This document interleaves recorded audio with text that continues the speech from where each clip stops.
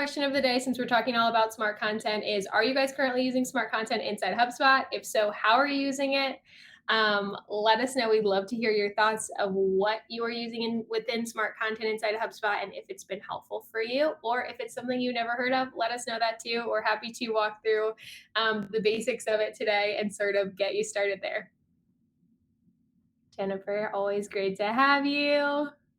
Neil from USA. Awesome. Trading yourself on CMS. That's really exciting. CMS developers is an intense course, so congrats on completing that one. Kelly, welcome, welcome. All right, I am going to go ahead and get started. If you want to introduce yourself into the chat, we'd love to know who you are and where you're joining from. My name is Megan Sullivan. I'm just a presenter party of one today. I am a creative director for Nextiny Marketing. We are a diamond agency partner that partners with HubSpot to put on the CMS for Marketers office hours, as well as the CMS for Marketers study group. So happy that you guys are here with us. A little bit about me. I've been working specifically in the HubSpot CMS for a little over 5 years now, coming up on 6 in November, actually, will be 6 years for me. I've probably put close to 100 HubSpot CMS website pages, landing pages, campaigns live within the platform. So I'm all about this stuff. I'm really passionate about data-driven design and user experience. And I'm also trained, and we're big fans of the story brand methodology. If you've been to any of our recent office hours, you have heard plenty about that. Today's agenda, we're going to get a little bit, if this is your first time at office hours, we're going to talk about what is this, what are you at? We're going to talk through some HubSpot CMS updates. Then again, the meat and potatoes of today will be smart content. Then at the end, we'll have some time for question and answer. Thank you guys so much for being here with us today. So what is this that you're at? We have two CMS for Marketers sort of main platforms. Number one is the study group. So if you're not already a part of the study group, I would highly recommend joining it.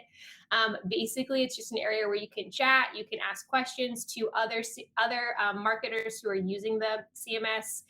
We can connect with one another on what's successful, what we're doing that's working well, what are our frustrations and our challenges. It's a really cool space for just the community of marketers working within this platform. So join it if you have not already. What you are at right now is an office hours event. We have a 30-minute time slot, roughly once a month, just to talk through CMS updates. We'll answer some questions that are being asked in the CMS for Marketers community. And we'll talk through different ways to utilize the HubSpot CMS to get the most out of the platform. So thank you so much for being here today. Again, connect in the study group if you are not already connected. As far as HubSpot updates, I wanted to share this. And if you go to hubspot.com/new, I'm not sure how many of you guys attended Inbound this year, but they did announce a couple CMS updates specifically. And I have just pulled a screenshot from, you can see this full slide, and there's a full video on the link I just shared in the chat. Talking through a bunch of the HubSpot CMS updates. Some ones we're particularly excited for are, I don't know if you guys have imported any blogs recently, but the latest like smart import and blog import that HubSpot has implemented is super easy. They did make some improvements to smart content, which is all what we're talking about today.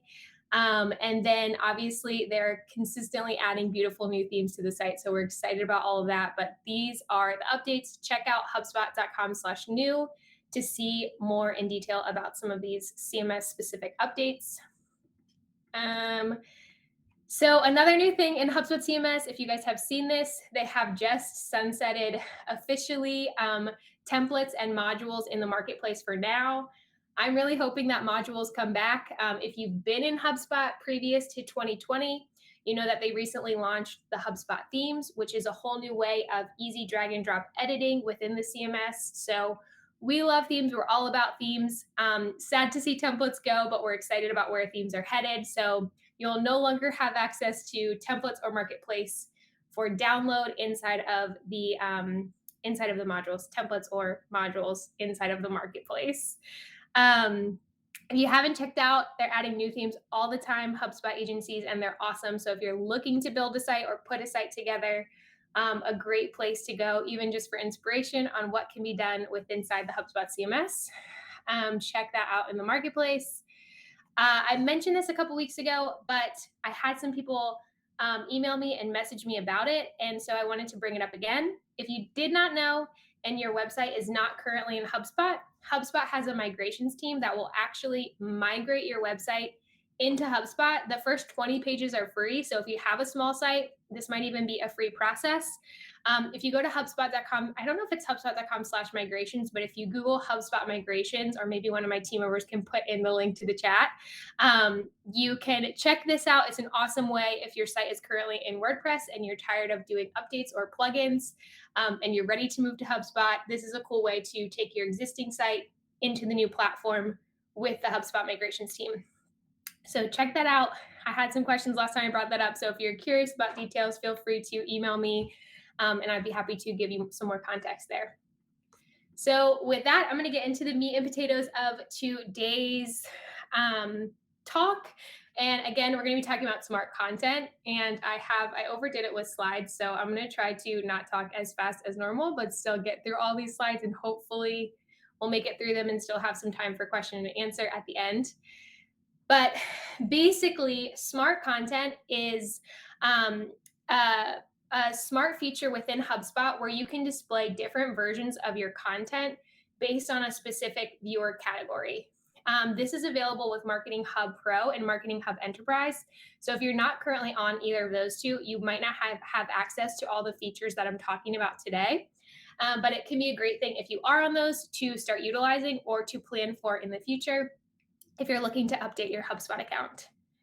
So some categories and ways you can segment or create specific content on your site are by what I have up on the screen, which there are lots of them. So you can segment by ad source, country, device type, referral source, preferred language, contact list membership, life cycle stage, and query parameter. So basically what this means is there's a tons of different ways that this manifests itself within HubSpot, but let's say you have a landing page that has a header that says, some specific content, and you know that some of your customers in their life cycle stage are visitors, some of them are evangelists, some of them are customers, where they are on their user journey.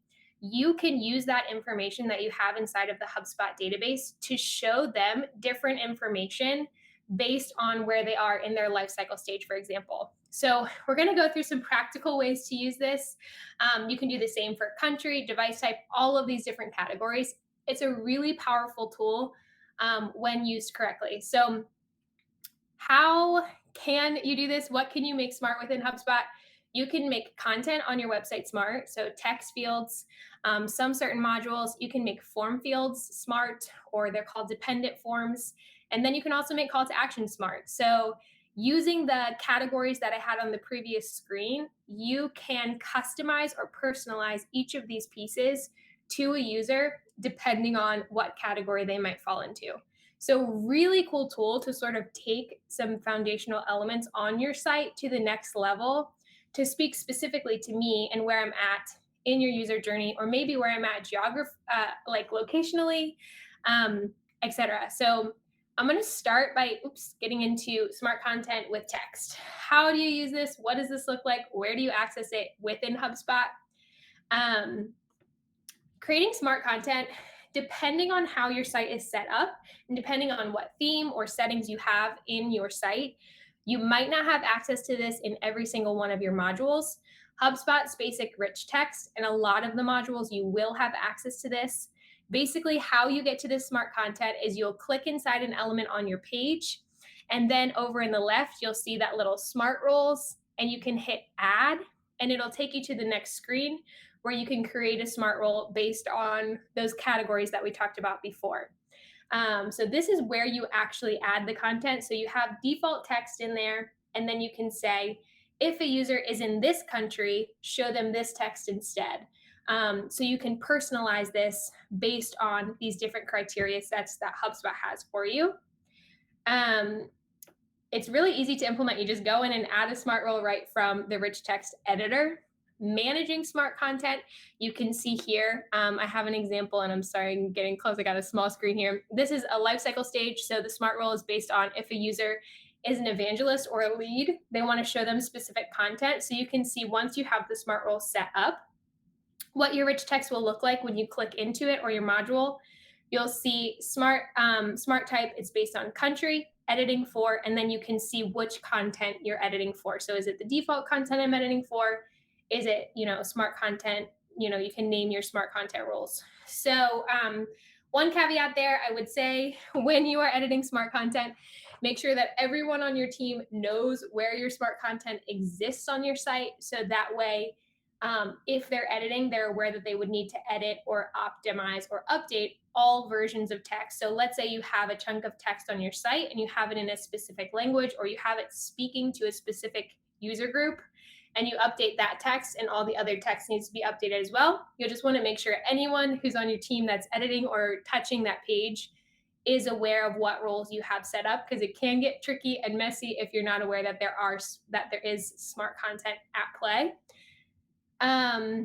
Again, in HubSpot, you can preview this content. So if you want to preview it as a specific user, so you can see in this example, they're previewing it as someone who is from France, and they have, the sample French content on the page. So you can test these experiences as different users, or different segments, or different countries, etc. So all good and well, how are some practical ways that you can actually use or implement this smart content on your site? I'm going to give just a few examples. There are basically endless ways that you can do this within text, but I'm going to give a few examples. And if you guys are using smart content and are seeing success from it, put it in the chat how you're using it and how you are seeing success from it, because we'd love to learn from you. One example I have here is using smart content in your text. Let's say you have a landing page, and this company, for example, sells pet boxes, and you have really clean and clear database that someone has a cat or someone has a dog. You have that identified. Maybe they're a previous customer and they have signed up for the cat pet box previously, or the dog pet box previously. What you can do is create a list of all of those customers or contacts in your database that are associated with cats, or are associated with dogs. And you can create smart content on this. It's just one landing page. You have default content. So if you don't have cat or dog identified with this user, I would just see default content that says, get a free pet box this month. And it has generic language, but make this content smart. If you know that I have previously purchased a dog pet box, and I'm, own a dog, am interested in that specific category, what you can do is personalize this content to me. So get a free pet box this month to treat your dog. And then in that subtext, you can maybe have a picture of a dog or something that's more specific to what I care about as a dog owner, and do the same for, create a smart role for any of your users who have cats. So really cool way to take one simple landing page and personalize it for your specific users. Again, the important piece before you can do any of this is having organized data. If you have a database that you cannot trust, or that does not have accurate data, I would sort that out before you mess with any smart roles in this way, because you don't want to be sending landing pages with weird context that might not make sense for a specific user or viewer. But really cool ways you can use this. Another practical and maybe more accessible way for you guys to use this is as your call to action. So let's say you have a section on your page for this Love Your Life guide. And because people have already downloaded this guide, that you have a list of people who have already downloaded the Love Your Life guide, and this is wasted space on your page for them. What you can do inside of HubSpot is create a list and say, anyone who has filled out the form Love Your Life guide download, keep them on this list. Then what you can do is, in this specific text section, you can make this text smart and say, show everyone the Love Your Life guide, except for people who have already downloaded the guide, show them a different guide. So this is a really clever way to do this, to continue to nurture those customers who have maybe already interacted with something in the past, and what they've interacted with, so you can show them specific forms, data that's dependent on, you don't want to show them the same guide if they've already downloaded it. It's a really simple way to implement something like this that can have big impact in the end. I'm seeing a question come through, so let me just take a look. When you say list of customers in the database can either be HubDB, HubSpot CRM, either. For smart roles based on country, device type, etc., I don't need any database connection. Yes, so there are some smart context categories that you do not need database connection for that you can go ahead and set up.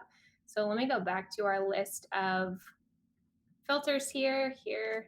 Um, so country, this is going to be based on your IP address, even if you don't have any database or customers or information set up inside of your HubSpot CRM. Country could still apply to you. Device type is still going to apply to you because HubSpot will automatically detect if someone's on a mobile or a tablet or an iPhone. Referral source is another one. So if someone's coming from Google or paid ads or emails, you can still target them, even if they're not necessarily in your database yet. Preferred language is another one. List membership, you're going to need to have some information in your database. Life cycle stage, you're going to have some information in your database. And query parameter, you're going to have some pages set up there that are relevant. So there are some that you can implement today, even if you don't have anything set up in your database to customize that. Or you can set up some experiences moving forward. So for the example I was just showing, with forms, you can set up this rule even if no one's downloaded the guide. Set it up now for when someone downloads the guide, set that active list, then it will show them something else. I think Jennifer probably gave you a great answer for that as well. Okay, so those are some ways where you can use smart content inside of text. There is another way, and again, this can be something if you're just setting up your HubSpot, you can utilize this, and we utilize it all the time. Smart content in forms, and this is called dependent fields. So what this looks like is, and I will pop in just the knowledge base articles for each of these. I have one for generic smart content as well, which will give you some great context here. Basically, how you get to this is in any form field. So when you're inside of HubSpot creating a form and you hit that little edit bar over any of your form fields, you will have access to this sidebar that will pop up, and you'll see basic, and then you'll see some logic options here. Under logic, you'll see the option for dependent fields. An example of this is that, let's say you have a form that has country on it, but your site might speak to users who are in different countries. So let's say, let me see what I have my example here. Okay, so I can't see this example. Sorry, guys, I'm making myself so small. So if country is equal to United States, then show them state or region. If country is equal to Canada, then show them province. So this is a really cool way where you can customize your forms specifically to your users' data. So collect data that's relevant to you, that's going to be more accurate data for you and more relevant for your customer. So it's a really cool way to, again, just customizing your forms for their experience. This dependent form fields is pretty much endless, again, in the way you can use this. Another example I have here, just use case, is this is a client who is they have some different segmented audiences. So basically, they're a physical therapy franchise, and some of the people they're talking to are just physical therapists who are just getting it out of school, looking to franchise.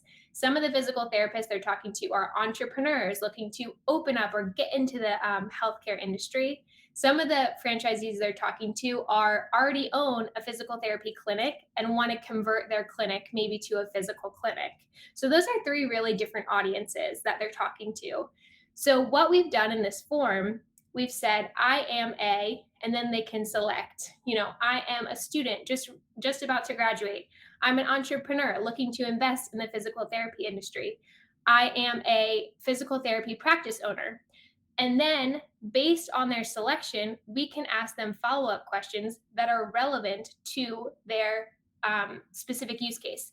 So if they're a student ready to graduate, once they select that, the dependent field can say, when's your expected graduation date? Or if they're a current physical therapy practice owner, the dependent field can say, I think I have those fields up here. What's the name of your practice? number of practice practitioners. So you can be asking specific information that's relevant to your specific audiences and making it easier on them to give you the information they're looking for to give you, and then easier on your sales team to actually get appropriate information for specific user segments. So, smart content and forms is awesome, from a simplified version of just updating your country to the relevant information there, to creating these more complex user journey or user segment experiences. This is something we use all the time. And if you haven't explored it yet, would recommend you doing, to just take your forms to the next level and increase the ways you can segment for your database. So you can start sending students who are going to graduate in the next 2 months specific types of emails, just looking to graduate, ready to invest. And you can use that information again to continue to nurture or to continue to optimize your current site experience. I know I'm talking fast and I'm going through a lot. So if I am overwhelming you, I'm going to send up some follow information with some knowledge base articles and some HubSpot Academy courses that go into depth in all of this. Again, I'm happy. I'll put my email in the chat. If you want to reach out on specific questions, I would be happy to talk through specific use cases with you as well. This last one is probably the most tangible and simplest way to optimize your site. It's one that we use all the time in really easy ways, and it's creating smart calls to action. So, smart calls to action are, if you guys are familiar with HubSpot, you probably know calls to action, the buttons that we use to track what a user is doing on the site. Whenever anyone clicks it, we have all of that data. We can create lists from that data. We can do a whole lot of things with the data from a call to action. How you create a smart call to action is just going into your calls to action, and once you hit actions and then edit, you'll see that create smart variation right there from your call to action source. From there, it'll show you a list where you can see, all of those categories that we talked about in the beginning. You want to create a smart call to action for their device type, for their life cycle stage, for what country they're in, for their language, for their source of visit, or their list membership. You have all of those options. Pretty much you'll just select what you want to filter for, create that criteria, and then create your call to action. So let's say you're creating one for maybe a visitor's preferred language. You have a page that's really relevant for maybe English speakers and Spanish speakers. You can create a smart version of that call to action for anyone who has their preferred language as Spanish. You can update the text of that call to action to be Spanish, as well as maybe sending them to a Spanish version of the landing page instead of the English version. So really cool ways you can use this. Let me see here. So this is just an example of what it will look like once you've created your smart call to action version. And I'll walk through this specific use case. So this is, it's a retirement community, and they have floor plans for download. So you can see here, this is the Orchid Terrace floor plan download. Because they're working with an older population, people were downloading the floor plans. Then maybe they already were a customer and just wanted to go back and refer to their floor plan. Maybe they were working with their interior designer. When they went back to the site, what they were having to do is re-download the floor plans because we had them all gated behind a form. So what we did was we created a smart call to action that said, if anyone has already downloaded the floor plans, add them to this list. So then the call to action is now, if they haven't downloaded the floor plans previously, when they click on this default call to action, send them to the landing page. If they have downloaded the floor plans previously, send them to this call to action, which leads them to the thank you page. So now they don't have to fill out the form again. It solves for the customer. We already have the data. We already know that they've been nurtured as a lead. We don't need them to download the guide again. We can send them directly to the thank you page, where the user doesn't have a frustrating experience of having to download and fill out the form 100 times just to access some content that they're looking for. So this is a cool way that you can just optimize and update your site to reduce some friction for your users. Another way to use smart call to actions is, this again is that physical franchise, and they have those really clear segments of students, entrepreneurs, and physical therapy clinic owners. And they have a specific resource page for each of those segments. And then they also have a generic resource page. So, what we did with this call to action, which lives on all of the thank you pages on their site, so they've already filled out a form on a landing page, they've gotten to a thank you page, they click on this call to action, and it will send them to their specific resource page if we already know what segment they're a part of. So if we already know they're a student, let's send them to the student specific resources. If we already know they're an entrepreneur, we'll send them to the entrepreneur resources. If we don't have them identified, then let's send them to the generic resources. So this is a really cool way to just again simplify, customize your site for your end goal and your end goal users. It's a small tweak you can make that has huge impact in reducing friction, right? So again, this is just another example. I know I'm running out of time and not leaving a ton of time for questions. Um, of that, this page is actually all smart call to actions. And it's that same experience where they have these download information kits. Each one of these, if they've already downloaded the information kit, it's going to take them to a thank you page or an ungated page where they can access the brochure instead of taking them to a landing page where they have to fill out the form again that they've already completed. Really cool, simple ways that you can use these features inside of HubSpot. Again, there are absolutely endless ways to use and utilize smart content across the site. So if it's not something you've looked into before or are using now, I would recommend looking into it. Some pro tips: start simple, do not overcomplicate things, and just be really, really aware of when and how, and be very intentional with how you're using smart content.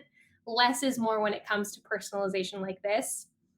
And that is all I have for us today. I know I sprinted through that and I did not leave a ton of time for questions, but I will hang out for the next little bit. If you guys have specific questions or specific use cases you want to talk through with me, I will be here. Please reach out. We will also send the recording and some follow up material after this so you can take a look, rewatch any elements that I sped through and you want to, as well as look at some resources, some knowledge base articles, etc., that walk through specifics of each of these features. Thank you guys so much for joining. If you have questions, put them in the chat now. If not, please go enjoy your Thursday. And we're so happy that you're here. Join us again next time.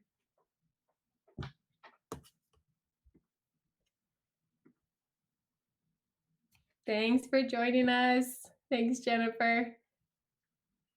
Jennifer, I'm curious, are you guys using smart content at all? Thanks, guys. Hope you got some actionable tips out of today. I'll put my email in the chat now if you guys have specific questions and you want to send them. Yes, Yes. we are, but mostly helping others set theirs up, so Okay. we recommend it all the time, What's been like especially one of the most successful ways you've seen it implemented?